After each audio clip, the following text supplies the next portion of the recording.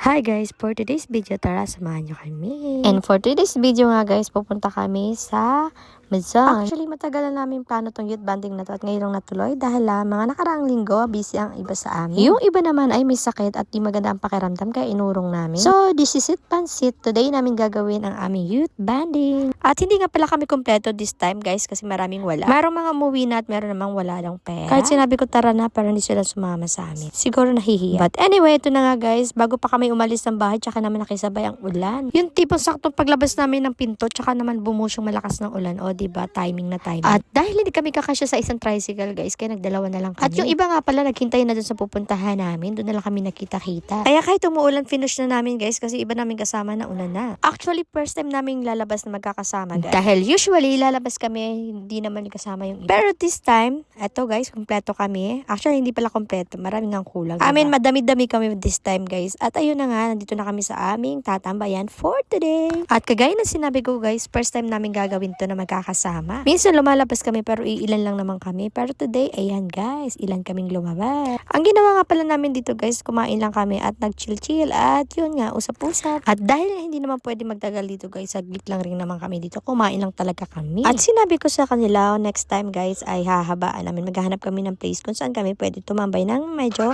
mahaba-haba. Kanina pa pala ako dumadaldal pero hindi ko pinapakilala sa inyo mga kasama ko, diba? But anyway, ito nga pala mga kasama ko guys, ito pala yung mga young people sa aming church. Ang iba naman dito guys, mga pinsan ko at kapatid ko lang naman din. Actually, ito talaga yung hinihiling nila sa akin, kaya ito pinagbigyan ko naman sila. Basta sinabi ko sa kanila ang bagan guys, kasi hindi ko kakayanin pag ganito kadami, my goodness. But anyway, nakinig naman sila, kaya good thing, ito natuloy. Simpleng banding lang ito, kainan, kwentuhan, at kulitan. But hoping next time madala ko naman sila sa ibang lugar kasi hindi pa nakakagala tong mga to guys. Tanging Bulacan lang to guys. Minsan nga tungko Santa Maria lang. Kaya yun, wini-wish ko sana someday madala namin sila sa ibang lugar. May mga place silang gustong puntahan guys pero hindi pa kaya ng budget ko, my goodness. And then sometimes busy yung mga kasama namin kaya ayan, dito na lang muna kami sa malapit. Ako nga palang tumata yung ate ng mga to guys kaya eto.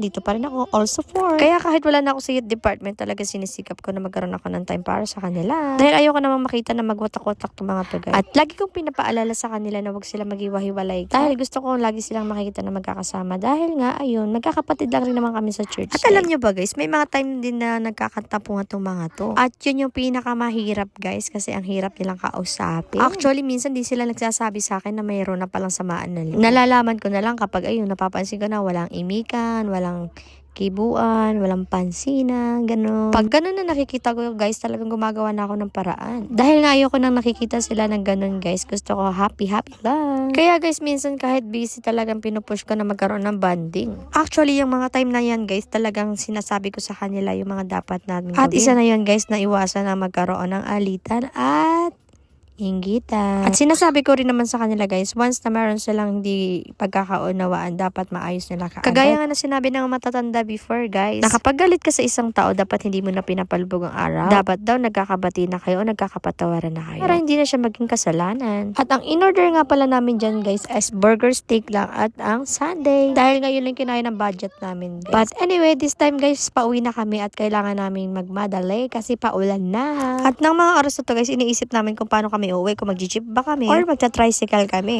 Pero ang aunting guys, gusto nila maglakad pa uwi. At natatawa naman ako dito sa mga kasama kong babae guys kasi ayaw nilang payagang maglakad. Magagalit nga si Habi. Lalong-lalo na si Caitlyn. Shout out to Caitlyn and Chris Ann. Ayaw nilang palakarin guys kasi nga magagalit nga daw sa kanila si Kuya Bruce nila. Pero sabi ko kaya ko naman maglakad pero ayaw talaga nilang payagan maglakad guys. At ang ending, nag-tricycle din kaming lahat pa uwi. Pero dahil makulit ako guys, ayan guys, sinubukan namin maglakad konti. Pero nga, nagagalit na sila. Kaya ayun, sige na kako, sige na, magta-tricycle na tayo pa uwi. Gagabihin din naman kami kung maglalakad naman kami at mawawala naman yung time namin para makapaglaro pa sila ng volleyball. At ito na nga, nakauwi na kami sa bahay guys at pagkatapos, naglaro rin sila agad ng volleyball. Dalagang sinulit nila yung oras guys kasi nga anong oras na rin naman to. Dahil nga sinabi nila kinabukasan may mga pasok na naman sila kaya ito sinulit nila ang kanilang banding. At buti na lang talaga this time guys, hindi na talaga umulan guys kaya nakapaglaro sila ng volleyball. Daija. Wow! Wow, gulot! Dito lang ikaw. But anyway, that's it for today's video guys. Thank you for watching and see you in the next vlog. Bye! Take care everyone. Bye!